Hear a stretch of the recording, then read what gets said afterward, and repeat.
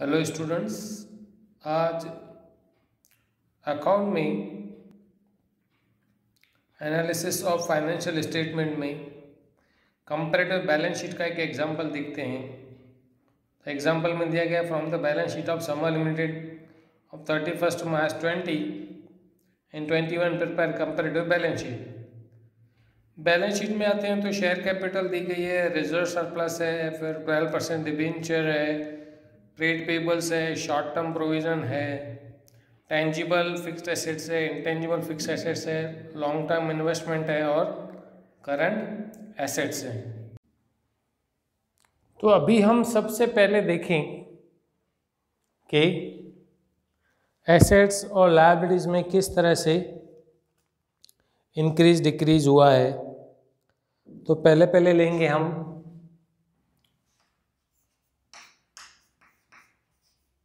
Equity and liabilities, उसमें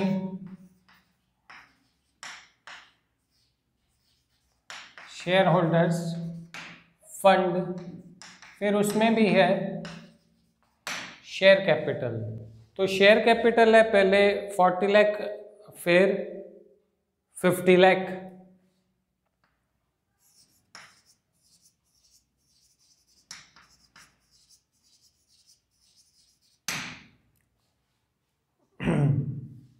फिर है रिजर्व्स एंड सरप्लस।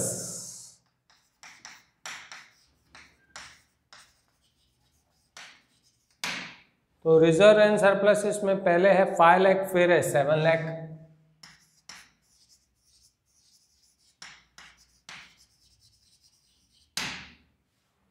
फिर है उसके बाद नॉन करंट एसेट्स में 12, लायबिलिटीज में 12% डिबेंचर।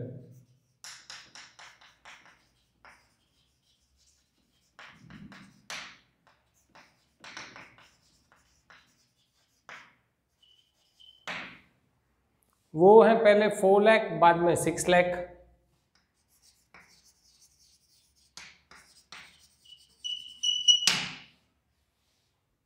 फिर आते हैं तो करंट लायबिलिटीज।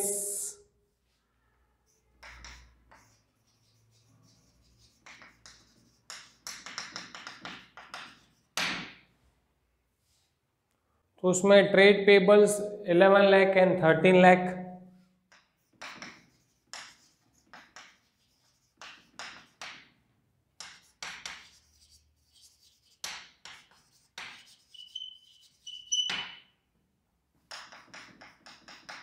फिर है शॉर्ट टर्म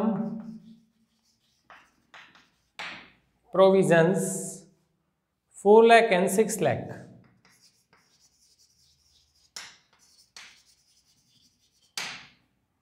तो टोटल करेंगे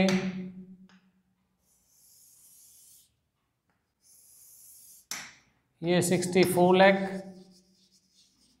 और ये था 86 लाख। एसेट में आते हैं तो एसेट्स में सबसे पहले नॉन करंट फिक्स्ड में टेंजिबल,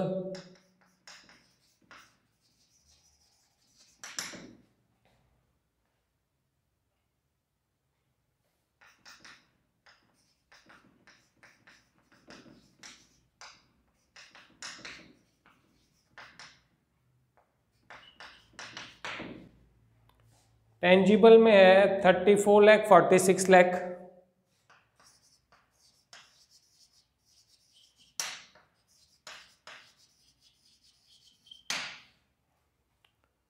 देन आफ्टर इंटेंजिबल है 6 लाख 8 लाख।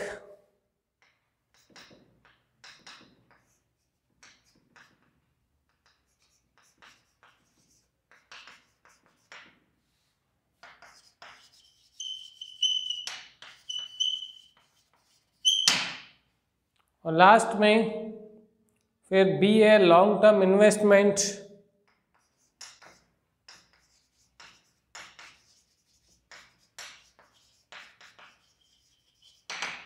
वो है 10 लाख 13 लाख।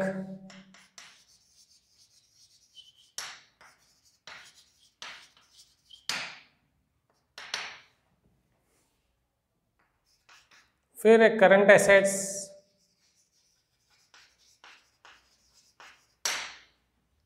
डायरेक्टली दी गई है 14 लाख एंड 19 लाख।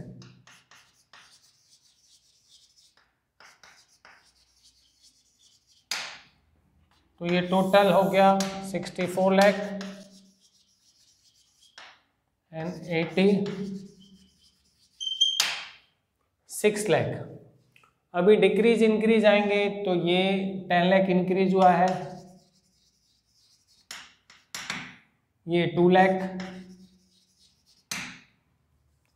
ये भी 2 लाख,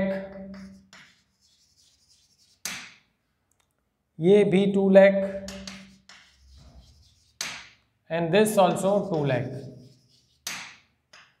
फिर आते हैं टोटल इसका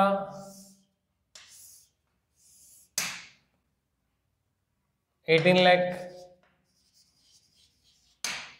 इधर आते हैं 34 में से जो है 46 लाख इंक्रीज हुए तो 12 लाख, इधर 2 लाख, इधर 3 लाख एंड एट लास्ट इधर 5 लाख। तो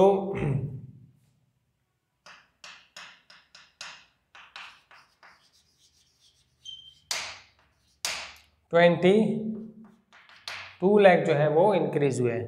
अभी क्या करना है हमको, जितना इंक्रीज हुआ है उसको ये कॉलम से डिवाइड करेंगे, इनटू करेंगे 100। तो 10 lakh divide by 40 lakh into 100 तो आएगा 25%। Then after 20 divide by 2 lakh divide by 5 lakh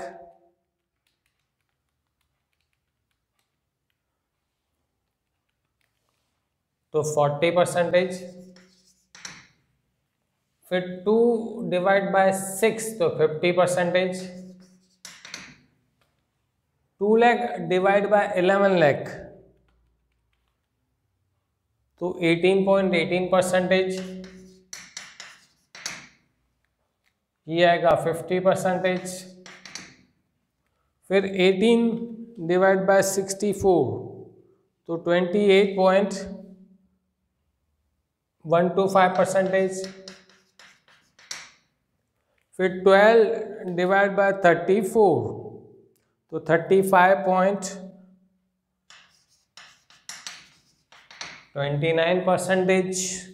2 divide by 6 33.33%।